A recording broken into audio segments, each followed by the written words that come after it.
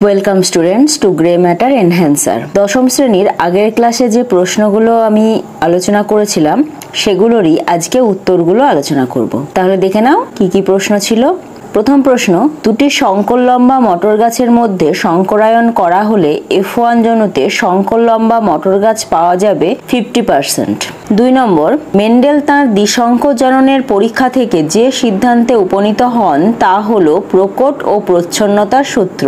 3, একটি শঙ্কর লম্বা মটর গাছের সঙ্গে একটি বিশুদ্ধ লম্বা মটর গাছের শঙ্করায়ন করা হলে F1 জনুতে লম্বা মটর গাছ পাওয়ার সম্ভাবনা 100%।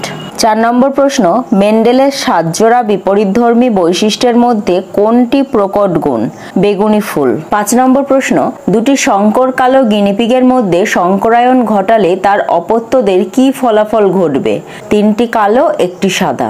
অসম্পূর্ণ প্রকটতার ক্ষেত্রে এক শঙ্করায়ন পরীক্ষায় F2 জনুতে ফিনোটাইপের অনুপাত কি হতে পারে? 2:1। পুরুষ পাখির হোমোগ্যামেটিক সেক্স হলো ZZ। প্রকরণের উদাহরণ হলো রোলিং জিভ। 9 নম্বর প্রশ্ন, মটর গাছের ফুল হলো উভলিঙ্গ ও স্বপরাগী। 10 নম্বর প্রশ্ন, হোল্যান্ড্রিক জিন মানুষের কোন অংশে দেখা যায়? লোমযুক্ত পিনা। 11 নম্বর, A small a B small b genotype যুক্ত জীবের সনিষেক ঘটানো হলো কোন অনুপাতে A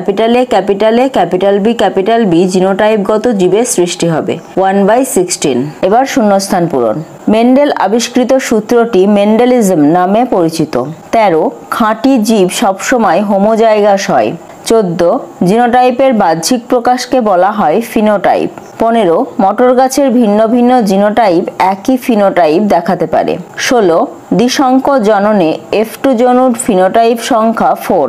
17, সন্ধ্যামালতী উদ্ভিদে অসম্পূর্ণ প্রকটতা দেখা যায়। তাহলে আজকের ক্লাস এই পর্যন্তই। আবার দেখা হবে পরের ক্লাসে নতুন কিছু প্রশ্ন নিয়ে।